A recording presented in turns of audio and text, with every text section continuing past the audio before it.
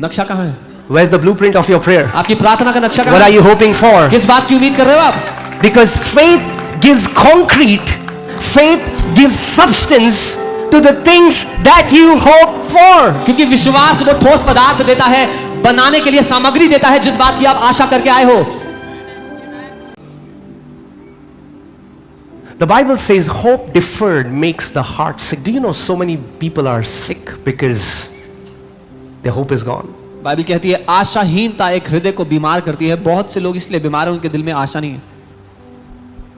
When you allow the enemy to steal your hope, you will expect nothing, and that brings sickness. जब आप दुश्मन को आपके दिल से आशा चोरी करने देते हो और आप किसी भली बात होने की उम्मीद नहीं करते, तो वो बीमारी को पैदा करता है। This biblical hope, ये Bible it comes from the Greek word elpis. ये जो बाइबल की आशा है, बाइबल में जो आशा है, एल्पिस शब्द से आता है। You can see that it means to anticipate, to expect. और ये इसका अर्थ है अपेक्षा या उम्मीद करना। It means usually with pleasure, एक आनंद के से, एक मजे के साथ आप उम्मीद कर रहे हो कुछ होने की। expectation, अपेक्षा, assurance or confidence. निश्चय या साहस कुछ होने का। So hear this. सुनिए, If you don't expect for that to happen, faith cannot do anything. अगर आप अपेक्षा नहीं कर रहे कुछ होने की, तो विश्वास उसको पूरा नहीं कर सकता। If I give you the definition of hope, biblical hope is to frame a positive, a good report in your imagination. अगर मैं आपको एक परिभाषा दूं बाइबल के अनुसार आशा की, तो बाइबल की जो आशा है उसका मतलब है एक अच्छी रिपोर्ट, एक अच्छी कल्पना बना लेना आपके जीवन में कुछ होने की।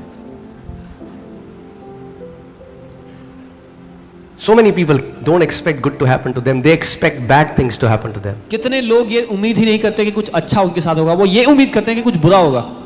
And that's why faith cannot give substance. और इसीलिए विश्वास उनके जीवन में वो ठोस पदार्थ नहीं दे पाता। Understand this. Hope is like a blueprint. When you make your own house, you go to the architect, he creates a map, a blueprint. इस बात को समझे, आशा एक नक्शे की तरह है। जब आपको घर बनाना होता है, आर्किटेक्ट के पास जाके आप नक्शा बनवाते हो। You tell them, I want these many bedrooms. आप उससे कहते हो मुझे इतने कमरों का घर चाहिए, My balcony will be like this. My balcony ऐसी kitchen will हो, be like this. रसोई ऐसी हो। You can see it. आप उसको देख सकते हो। Can you see it? देख सकते हो? Yeah. हाँ, That's why you make their house. तभी वो बना रहे हो। Does the house exist? क्या घर सामने है अभी? No. नहीं। But he shows you the blueprint, and when you see the blueprint, you can see your house. पर वो आपको नक्शा दिखाता है और नक्शा देखकर आप अपना घर देख पाते हो।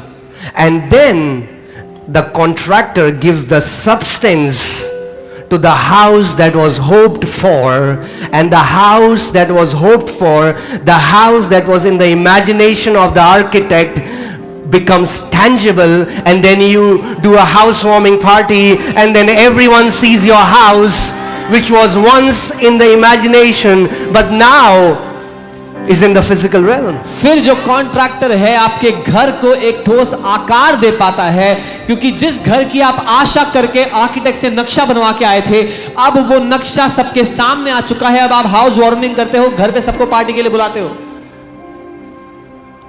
Amen.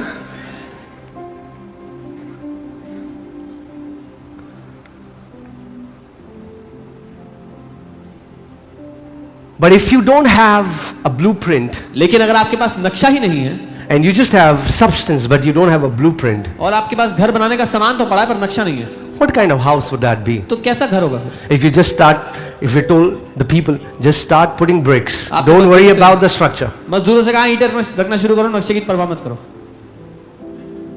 That's how people are. Pray for me. ऐसे लोग आते What should I हैं, pray for? Whatever you want. बोलते प्रार्थना करो, क्या प्रार्थना करो, जो मन करे प्रार्थना करो। What does that even mean? इसका मतलब क्या होता है? What does that even mean? इसका मतलब क्या होता है? Where's the blueprint? नक्शा कहाँ है? Where's the blueprint of your prayer? आपकी प्रार्थना का नक्शा What कहाँ are है? you hoping for? किस बात की उम्मीद कर रहे हो आप? Because faith gives concrete, faith gives substance to the things that you hope for. क्योंकि विश्वास वो ठोस पदार्थ देता है, बनाने के लिए सामग्री देता है जिस बात की आप आशा करके आए हो। Pray for my healing. मेरी What चंगाई does के लिए your healing look like? मेरी चंगाई के लिए प्रार्थना करो। आपकी चंगाई दिखती कैसी है? What does your healing look like? आपकी चंगाई देखने में कैसी दिखती है? You want to be healed by surgery? You want to be healed by faith? You want to be healed by diet? How do you want to be healed? आप चंगे कैसे होना चाहते हो? Because even though God's power far exceeds your request, it will happen to you according to the power that works in you. आप surgery से चंगा होना चाहते हो, आप डाइट से चंगा होना चाहते हो, या आप विश्वास से चंगा होना चाहते हो, क्योंकि परमेश्वर की क्षमता आपको चंगा करने के लिए तो बहुत ज्यादा महान है, लेकिन आपके साथ उस सामर्थ्य के अनुसार होगा जो आपके अंदर काम कर रही है। Amen. आमीन। If the enemy can corrupt your imagination, अगर दुश्मन आपकी कल्पना को भ्रष्ट कर पाया, he can limit your destiny. तो वो आपके जीवन के उद्देश्य को सीमित कर सकता है।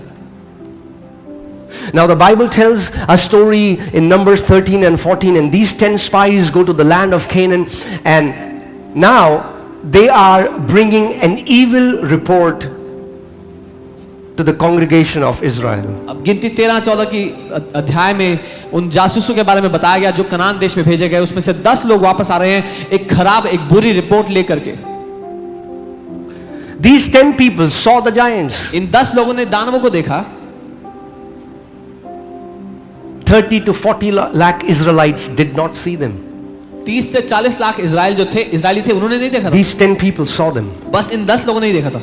But what did they do? लेकिन इन्होंने क्या किया? They believed an evil report. इन्होंने एक दुष्ट रिपोर्ट पर भरोसा किया। Now as these 10 spies are telling them about how huge these giants are, and it's impossible, forget about it, we are like grasshoppers in their sight, it's impossible, and as they are saying, an imagination is being formed in their mind, and they are seeing these giants, and the Bible says all of them cried all night for something that they did not even see.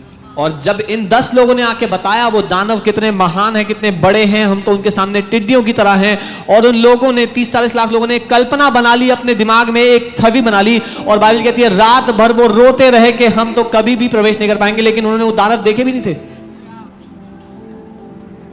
And the Bible says God was so displeased with them. और Bible कहती है परमेश्वर इतना नाखुश हुआ उन लोगों से। That's why God does not look at the outward appearance. He looks at the heart, because that's where your pictures, your images, your imagination is. He exactly wants to see what kind of pictures are going in your heart. इसलिए परमेश्वर बाहरी रूप नहीं देखता, वो हृदय को देखता है, क्योंकि आपके हृदय में आपकी सारी वो तस्वीरें हैं जो आपने कल्पना करके बनाई हैं अपने अंदर।